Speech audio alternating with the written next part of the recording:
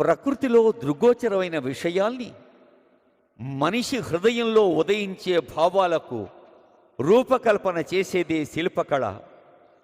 ఒక్కసారి జయధ్వానాలతో ఆ బంగారు శిఖరాన్ని దర్శించుకోండి. అదిగో స్వర్ణమయ గోపురం. శ్రీ లక్ష్మీ నారసింహ నమో నమః జయధ్వానాలతో నమోవకాలతో స్వామిని అదిగో జగజ్జేగీయమానంగా మెరుస్తోన్న బంగారు గోపురం.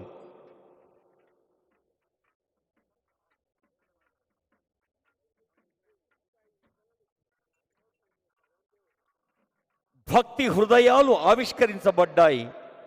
ప్రతి హృదయంలో భక్తి ఆవిష్కరించే సుముహూర్తం, పవిత్ర సందర్భం.